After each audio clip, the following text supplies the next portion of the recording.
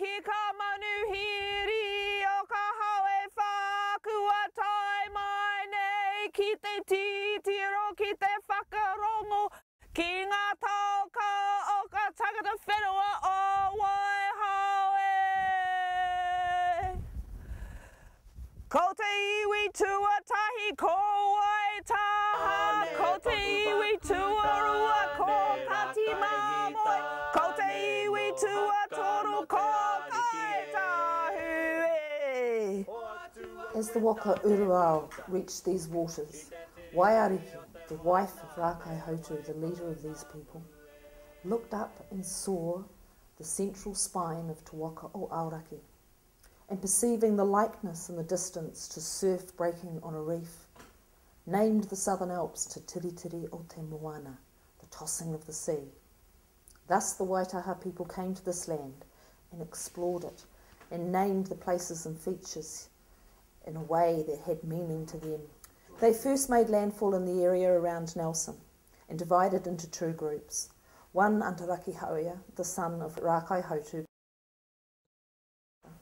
while Rākai Hautu and his party explored inland. We say that Rākai Hautu carved the lakes and rivers with his core or digging stick, which was named Tuhiraki, finally leaving it resting against the edge of the Akaroa caldera, where it remains to this day as the peak named after it, also known as Mount Bosu. Rākai Hautu created the features and places of this land by defining and naming them and giving them their place in our lives. After 2 years of exploration, Rākai Hautu and his party reached the mouth of the Waihao River and saw the waka Uruao off the coast and hailed them. They were reunited once more. Waitaha lived in harmony with the land and were followers of peace, and they imbued this land with their love of the natural world. Waitaha were the first and will live on in the memory of their descendants for all time. Waitaha had their own technology, and in particular and still relevant is the mokihi, which was shared with all subsequent groups coming into the area as the best way to travel the rivers and waterways of this takiwā. Waitaha also left their mark on this land, as did the subsequent iwi, with their rock art images.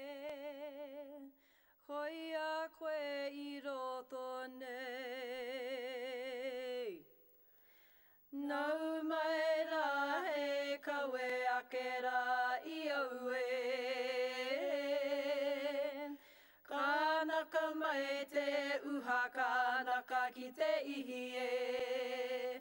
Kanaka mai te toa, kanaka ki te roroe.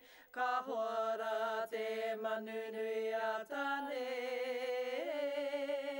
I tōna tapua e rā e kātu ki te raki, ka haruru ki te raki e. Koia te raki hikitia, koia te raki hapai ka e.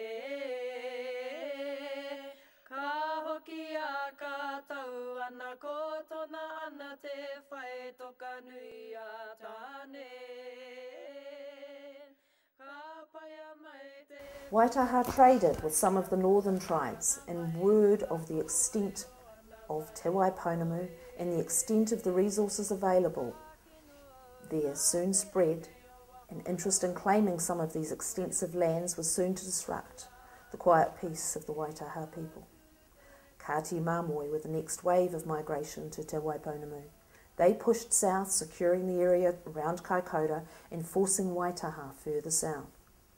There were battles and marriages over the next century, and at the end of this time, as a result of the genealogical links, they were no longer separate peoples, but had interwoven the whakapapa of two peoples into an interlinked group of hapu, exploring their relationship and fighting for favoured areas of land. While this continued and battles were fought between fighting Kati Mamoi rangatira, some of who were fierce in nature, and in time this resulted in the main settled areas we recognise today. Kati Mamoi fought as much amongst themselves as they did with Waitaha, as they were a far more warlike people. Kati Mamoi also learned to build and use the mokihi from their Waitaha whānau, and they too left their mark in the rock art. On the east coast, or Te Tairāwhiti, lives the Ngāti Porou iwi. Two descendants of Paikea, one of the ancestors of Ngāti Porou, one named Porourangi, from whom Ngāti Porou take their name, and his uncle named Tahu Pōtiki, were both rangatira. To remove the element of competition between them for the good of the iwi, Tahu Pōtiki gathered his followers and moved south to live with whānau around Wairoa.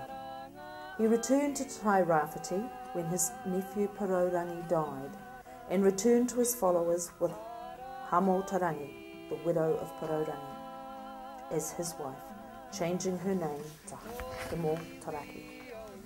These people gradually moved further south over the years until they finally crossed to Moana o Raukawa and established themselves into Waiponamu.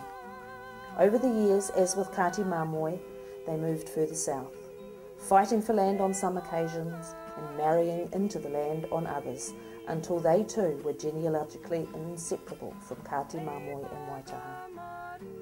In 1845, 5 years after the signing of the Treaty of Waitangi, the rangatira of all the hapu in the Takiwā, controlled by Waitaha, Kati Māmoe and Ngaitu Haitara, met to decide how to deal with the Crown's failure to abide by the treaty. As they discussed this matter, they decided as their approach to the Crown would be stronger as one rather than three individual iwi. So they also knew the whakapapa was now so interwoven that it was impossible to separate out the strands. Thus it was decided to combine the three iwi into one. As we are now all linked by descent to Tahu Pōtiki, we adopted the name of Ngāi Tahu, or the Children of Tahu. But the Pākehā settlers came and everything changed.